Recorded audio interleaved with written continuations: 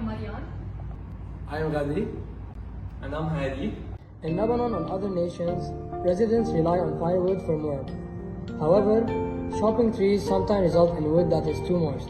So our objective is to assemble a wood moisture sensor that can quickly and precisely determine the moisture content of wood to avoid unnecessarily cutting and display the time needed for the wood to go back to its dry state depending on some parameters. And this is our wood moisture sensor with a dry time model.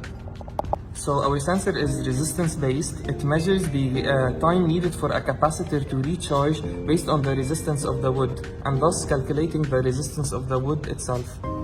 So for our wood moisture sensor, we did multiple experiments regarding the distances between the leaves, their thickness and their depth into the wood to determine a correlation between those parameters and the resistance measured from the wood. So the initial state of the device is off, and when we turn on the device, we display the moisture content level, the thickness of the wood, and the resistance of the wood, with also the temperature and the humidity. So the temperature and the humidity are determined by this DHT11 sensor. So the first mode is the measurement mode. And when we press the measurement mode, we go into calibration to calibrate the distance sensor that is under the device in order to get the best depth of nail that we want according to our design. And now we wait for the sensor to measure the resistance.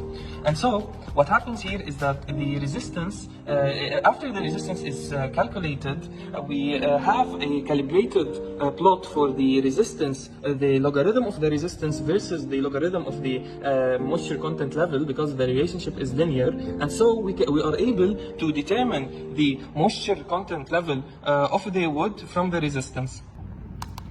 To measure the thickness of the wood, we used a rotary encoder, relating the thickness to an equation, which is pi times the diameter of the encoder divided by pulses per revolution.